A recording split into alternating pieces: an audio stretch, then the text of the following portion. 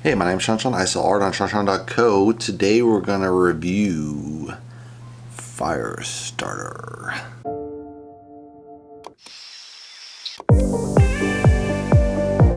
So this is directed by Keith Thomas. Time is 1 hour and 34 minutes, so right at the sweet spot I like, 1.5 hours. Actors are Ryan, Kiera. Armstrong is Charlie McGee, the child that has fire starting capabilities. Zac Efron plays Andy McGee, her father. Cindy Lemmon plays Vicky McGee, her mother. Michael Greyeyes plays Rainbird. Gloria Reuben plays Captain Hollister. So this mother, she gives birth to a special child who has psychic and fire starting capabilities. And as she gets older, 10, 12, 13, she's getting more and more powerful every year. So it's getting more and more dangerous to have her. So the family is constantly moving school to school. And it turns out they're being hunted by this organization, the DSI Institute. And the DSI Institute ran experiments on college kids back in the day. And Firestarter, this girl, her parents were actually part of an experiment, and that's why this girl has double powers, because it's the mother and the father have capabilities. So pretty interesting, and they're being hunted down by this DSI as they try to escape from their reach. And they're actually using other psychics to hunt them down, so it's kind of really interesting, hunting down a poor child.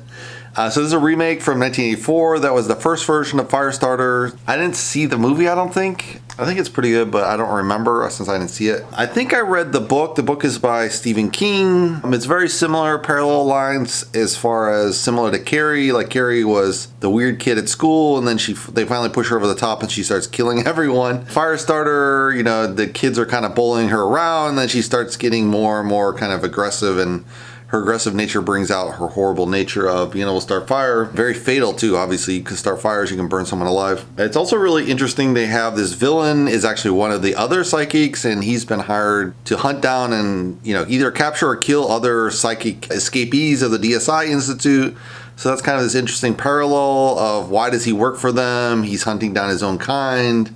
He was also abused, so it's very interesting there. It's also interesting they kind of bring up the morality of if you're a parent, a kid that has all these special powers, do you protect the kid? Do you take the kid out? And the kid, the parents are obviously trying to protect their kid, but it's like, how do you nurture a kid that's going to be extremely dangerous and grow more dangerous by every year they grow? There's also obviously a nice showdown scene where it's kind of Charlie versus the whole staff at the DSI, so that's a really cool finale scene. Obviously you want to see the girl go crazy, so it's kind of fun. It's interesting too, they have like the original doctor that worked on the original project when they were kind of experimenting on these college kids, which were their parents of Firestarter. When he's approached by the new DSI director, is like, hey, come on back, we're going to try to bring this girl in and rope her in, and he's like, no man, she's gonna come for all you guys. And she's like, no, you're exaggerating. And then the girl shows up and just like starts decimating the whole staff of the DSI Institute. So he was spot on. So very good wisdom. It's interesting too, if you think about Firestarter, it's kind of what women in probably the 1600s were accused of, witchcraft and special powers and being able to manipulate the crowd, and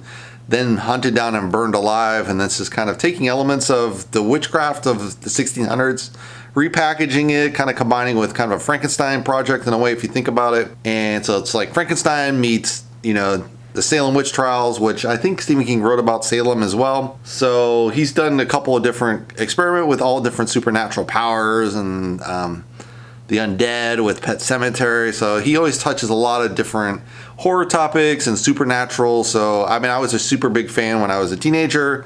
Later I kind of distanced. His later writing's good too, but I'm just not as interested. I find myself, I'll read a Stephen King novel here and there, but what was really grabbed me was Firestarter, Carrie, Cujo, Christine. Those early books is what really kind of landed me. And it was interesting too, because that was the period where once he became popular with Carrie, he just got this huge, somehow he got into drugs to write all his books, so he's doing cocaine and pills and drinking and all this wild background and the backstory of him writing that. And you can kind of feel that rage and negative energy inside those books. It's just very passion filled and very powerful. And also the younger mind of a writer versus right now he's writing obviously older. When he's in his 60s, 70s, it's different than when he was in his 30s writing, 40s writing.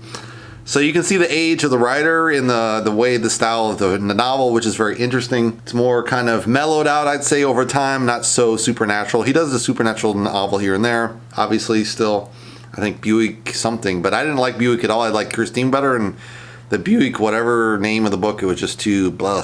So, but yeah, he's written some really cool, the gun novels were really interesting as well. But let's get back to Firestarter. Yeah, I mean, that's basically it. You know, it's with the Stephen King and all those different parallels combined into Firestarter. So I think I recommend it. It's a really fun. I don't know. I don't think it's collectible. I would rather collect maybe a Christine because that's more, you know, dear to my heart. Carrie is a really great movie as well. So, but this is very parallel to Carrie if you think about it. Hopefully you guys like it. Give me a thumbs up. If you like to subscribe, you can subscribe below. And I'll see you in the next movie review. Thanks for watching, guys.